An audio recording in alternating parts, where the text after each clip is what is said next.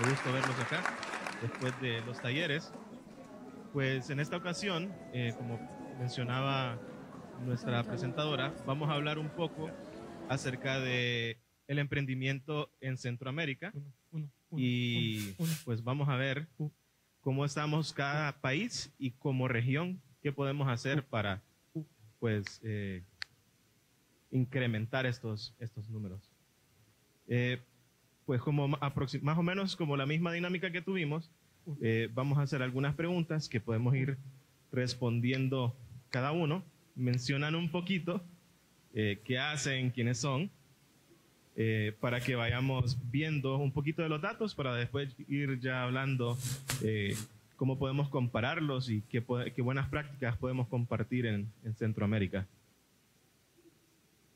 Bueno, uno de los datos que es bastante importante es aproximadamente cuántos emprendimientos hay por cada país y también más o menos cuántos emprendimientos se generan anualmente. No sé si queremos empezar por Hugo. Nos menciona un poquito de dónde es y... Sí, muy buenas tardes. Mi nombre es Hugo Maul, soy del Centro de Investigaciones Económicas Nacionales.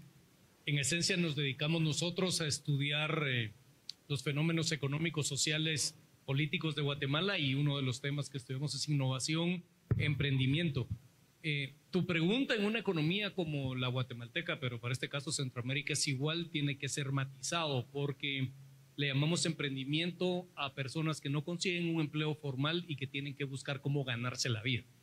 Yo particularmente dirigí el proyecto del Monitor Global de Emprendimiento desde sus inicios en Guatemala y las discusiones que siempre teníamos en el seno internacional del GEM era qué es emprendimiento y por eso esa división entre emprendimiento por oportunidad y por necesidad. Yo te diría que en el caso guatemalteco el emprendimiento que generalmente se considera son personas que, si les preguntas, quisieran tener un trabajo y la seguridad de una plaza y de la seguridad social. Entonces yo te diría que sí, hay mucha gente que sueña, hay mucha gente que intenta, pero muy pocos son los que terminan el proceso, muy pocos son los que sobreviven y muy pocas son las empresas que se consolidan, crecen y realmente se van a la frontera tecnológica o de la innovación. Entonces, pues aquí estamos ante un grupo que se autoseleccionó de gente que de por sí ya pasó ese valle de la muerte o que lo está pasando y que tienen un nivel de competencias que el gran promedio no tiene. Entonces te diría que si hay mucho con un asterisco y ese asterisco es si hubiera más empleo, más oportunidad de trabajo, se seleccionaría mucho más a los que de verdad tienen esa vocación y de verdad den oportunidades. Interesante. Creo que es algo que vamos a ver transversal en la región, pero vamos a escuchar a cada quien para que nos den sus opiniones. Muchas gracias y buenas tardes. Mi nombre es Lourdes Navarro. Soy representante del programa Empretec de Naciones Unidas en Panamá y parte de lo que hacemos es trabajar específicamente en el fortalecimiento de lo que es la cultura emprendedora país. De hecho, pues estamos en 43 países del mundo y ese pues el enfoque que buscamos. En este caso, con la pregunta que nos haces, y coincido con Hugo, definitivamente es muy matizado, en Panamá de manera específica, y quizás quisiera empezar con un dato que es como curioso, en el 2019 el 78% emprendía porque quería cambiar el mundo. Imagínense. Eso no ha cambiado. En el 2021 aparecía el 62%. O sea que tampoco ha cambiado demasiado. Y el segundo, vamos a decirlo como punto, ¿por qué quieren emprender? Ahí viene entonces ya la calidad de vida. O sea, quieren cambiar un tema de calidad de vida. Volvemos a la parte de la informalidad. Tenemos 48% de informalidad, 9.9% de desempleo. O sea, cifras importantes. Siendo un país que tiene un índice de Producto Interno Bruto de 2 cifras, de 12%, el mejor de Centroamérica, de hecho. Y, pues, lastimosamente no se ve cuando vemos las instancias hacia adentro. también pudimos establecer que allí en la parte de emprendimiento ya formalizado, en este 2021 se formalizaron 33.000 empresas, algo que dentro de todo viene siendo algo positivo. Pero bueno, ya iremos viendo con las demás preguntas que nos haces otros datos y quizás otros puntos y enfoques que podemos revisar de Panamá. Gracias. Muchas gracias. Interesantes datos de Panamá. Bueno, ¿me escuchan? Muchas gracias. Bueno, mi nombre es Patricia López, yo soy cofundadora de Impact Hub San Salvador. Impact Hub es una red de emprendedores sociales que es cada quien trabajando desde sus ciudades, desde sus entornos locales para crear un impacto positivo en la sociedad a través de la acción empresarial. O sea, creemos mucho en fortalecer y apoyar a emprendimientos de alto impacto y asimismo pues apoyar pequeñas empresas que también buscan pues generar un impacto positivo en el entorno donde operan. En datos duros, por decir, en temas de emprendimiento, las cifras que yo les puedo compartir son del 2018.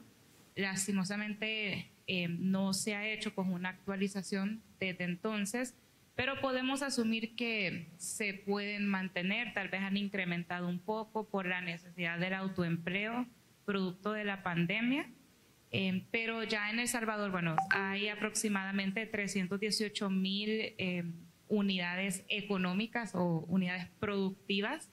Un tercio de eso se consideran emprendimientos. Entonces estamos hablando de más o menos 108, 110,000 emprendimienos, de los cuales un 10% pues cierra en su primer año de operación, ya sea porque no hubo mercado, porque no se consiguió el financiamiento, aparecieron otras oportunidades de empleo. O sea, tenemos que recordar que esa cifra incluye un porcentaje bien alto pues, de emprendimientos que han nacido por necesidad, son emprendimientos de subsistencia, y un porcentaje muy, muy pequeño pues será emprendimientos de oportunidad y de alta escalabilidad. Entonces, también creo que nuestros esfuerzos, pues como red, naturalmente van dirigidos también a apoyar esa masa crítica, ¿verdad?, que se necesita para poder ver el desarrollo de un país. Creería yo, pues, que cuántos emprendimientos nacen puede andar más o menos para que las cifras se mantengan, que unos 15, 20,000 emprendimientos por año, sustituyendo pues esos que lastimosamente no llegan a trascender.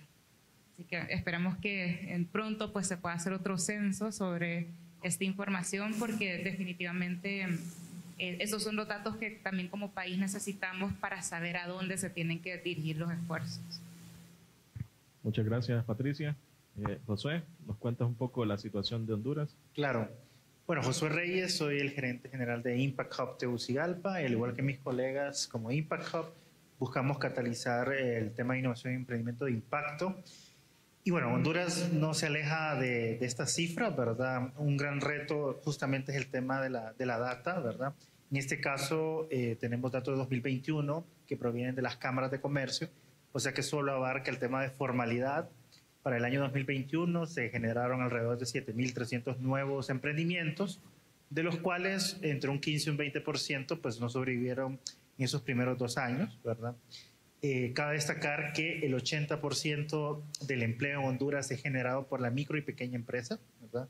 Lo cual pues genera pues un tema, pero de ese 80% alrededor de un 50-60% son microempresas o MIPYMES que no están formalizadas, ¿verdad? Entonces hay un gran reto en el tema de la formalización. Obviamente se están generando esas temáticas de poder llegar a la formalización, ¿verdad?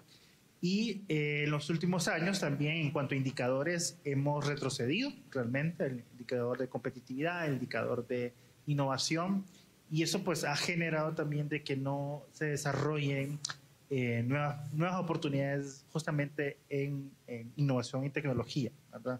El gran reto también es cómo llevar mayor innovación a los sectores productivos, ¿verdad? Considerando que un 80% de los empleos son generados por la empresa privada, sobre todo las MIPYMES, ¿verdad? Entonces, sí compartimos esos temas de retos, ¿verdad? Y que sin duda alguna son cuestiones que tenemos que trabajar y que como Impact Hub también estamos tratando de incidir. Muchas gracias, Josué.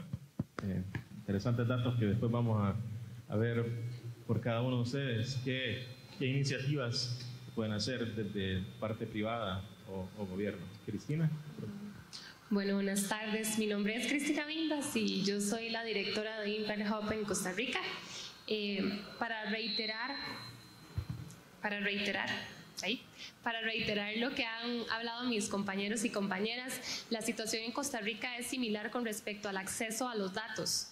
Y de hecho yo vengo del sector privado como científica de datos en empresas de tecnología. Me pasé al sector de impacto precisamente para poder trabajar emprendimiento e innovación y cómo los datos son súper importantes para poder definir estrategias y políticas.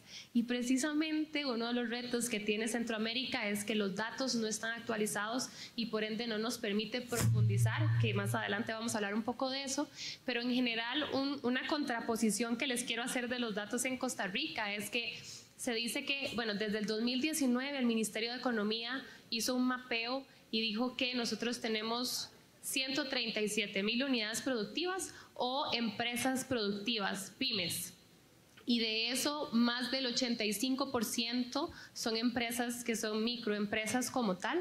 Pero más recientemente se hizo una encuesta de hogares en donde se descubrió que solamente de microempresas hay más de 400,000 microempresas. Entonces vean cómo el dato no calza con el dato más reciente del Ministerio de Economía y precisamente es porque hubo un crecimiento entre el 2021 y 2022 de las microempresas producto de la necesidad de generar ingresos adicionales producto de lo que pasamos a nivel global. Entonces empezaron a generarse personas que trabajaban en el sector público y privado, pero que generaban una microempresa y se empezaron a contar esas unidades productivas adicionales y disparó los datos, pero también hay que relacionarlos con las empresas o unidades productivas de estas que no están formalizadas, que también lo están mencionando por acá. Entonces, al final y al cabo, hay mucha información que no está calzando, pero que sí nos da un panorama de cómo el emprendimiento sí se ha estado moviendo y tiene pues sus retos que vamos a hablarlos ahorita. Muy interesante, como podemos ver las similitudes entre todos los países de la región. Eso estábamos hablando hace un rato, que cómo la Unión Europea funciona como un bloque económico y por qué nosotros, que somos una región pequeña, no podríamos hacer eso mismo. Sería muy interesante ver cómo podrían hacer sinergia los gobiernos. Tendría que haber voluntad política, pero eso es otro tema. Entonces, también me gustaría saber, dentro de cada país y cada economía, qué iniciativas por parte, digamos, de gobierno o legislación hay para fomentar ya sea la innovación, la competitividad o el emprendimiento como tal. Idealmente no es de emprendimiento de subsistencia, que surge por otros factores, pero sí personas que están buscando crear productos con valor agregado o servicios con valor agregado. No sé si Hugo nos puedes apoyar con la parte de Guatemala en ese sentido. Sí, nosotros desde el Centro de Investigaciones Económicas Nacionales hace un año hicimos un análisis de los cuellos de botella para la innovación y entrevistamos a varios de ustedes acá.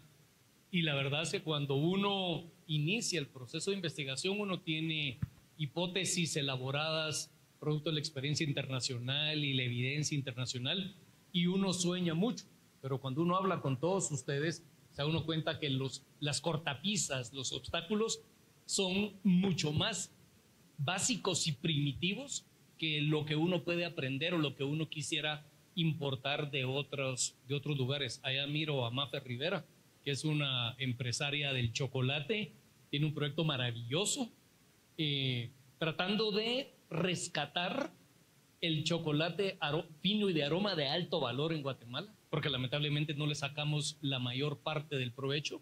Pero lo que hace Mapper es básicamente recorrer el país de arriba para abajo tratando de generar interconexiones entre los actores del ecosistema. Ahora, le corresponde a ella, le corresponde a ella en tanto y en cuanto ella mire una oportunidad de negocio que puede capitalizar y por la pasión que tiene.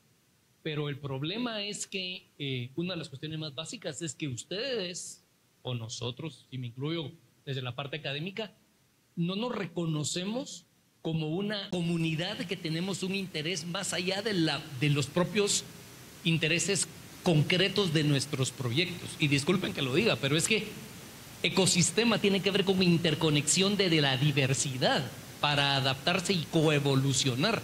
Pero lo que vemos es que, no le voy a preguntar a la Mapper porque ya nos hemos tomado botellas de su licor de cacao, que se lo recomiendo. El problema es que la gente del cacao está sola. Y algunos van por un lado, otros van por el otro lado y no tenemos mínimamente una estrategia de país.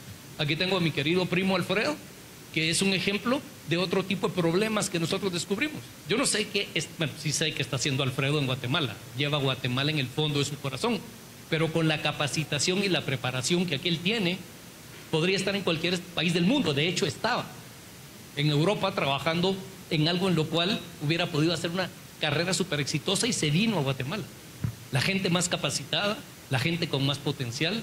Ustedes cuando se hartan terminan yéndose del país. Entonces perdemos nosotros a la gente más capacitada en ciencia, perdemos nosotros a los emprendedores con un mayor potencial, y todo eso es porque no solo a nivel privado no existe ese reconocimiento de todos parte de un mismo sistema, sino también porque desde el lado de la esfera pública mucho se dice y poco se hace. Y aquí una lección no es una crítica para las actuales autoridades ni para las anteriores autoridades.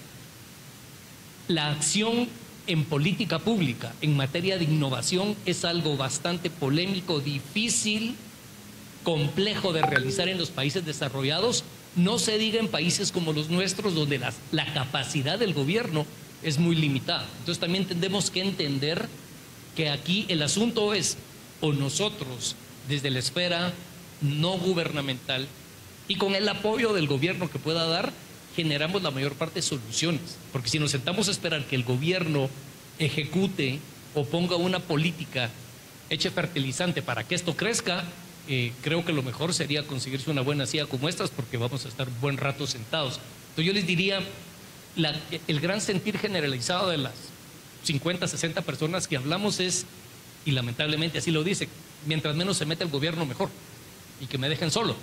Eso está bien, pero hay un papel que el gobierno tiene que jugar, y lo que tenemos que buscar es cuáles son esos márgenes donde el gobierno sí puede hacer algo de manera efectiva, y no ponerlo a que le quiera meter un gol al Brasil cuando el gobierno está haciendo nado sincronizado y el juego se llama fútbol.